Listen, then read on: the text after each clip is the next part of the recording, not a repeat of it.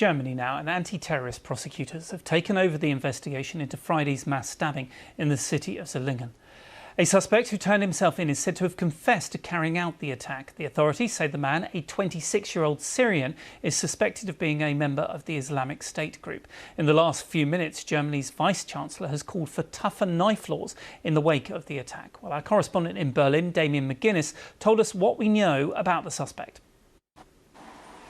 Yeah, quite a lot of details have been emerging over the night. I talked to police earlier this morning and they told me that they confirmed that he is indeed a 26-year-old Syrian national. They wouldn't confirm any other of the reports of whether he had come to Germany as an asylum seeker, which is being reported in some German media here.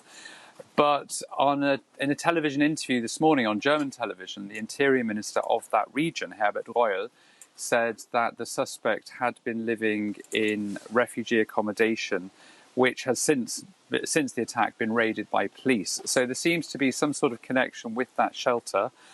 There have been other arrests over the last 24 hours, which has led to a bit of confusion about who police think is the suspect. Police have been really saying all along that they think just one person was responsible for this attack. There was a 15-year-old boy was arrested yesterday. He, as we heard in that report, is thought to have known about the attack in advance. He was heard to be talking about the attack before it happened.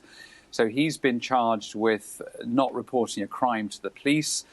Police are hoping that he can give some more information about the attacker or the suspect and his motivation. Another man who was taken from the refugee shelter for questioning is being questioned by police right now as well. So he might have some sort of connection possibly to the suspect. The next stage now is that police are handing over this case to Karlsruhe, where the Prosecutor General is. And that is an indication that the authorities are now treating this as a terror-related act. We've seen the flowers that people are leading, and there's a church service today. There is still a lot of shock in the city, isn't there? That's right. And this was supposed to be 3 days of celebration. It was a 3-day festival which started on Friday, supposed to be ending today. Instead, it's a weekend of mourning and shock. Right across that region, really, over the last 24 hours, festivals and festivities that were planned were cancelled. Cafes were empty, restaurants were empty, people were avoiding public transport because, of course, no one knew what was happening, and there was a fear that the attacker was still on the loose and potentially dangerous. It turns out that he appears to have gone straight into hiding.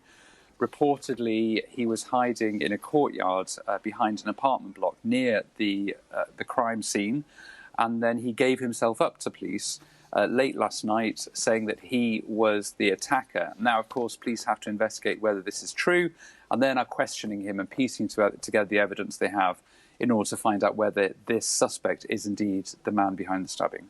Damien McGuinness reporting from Berlin.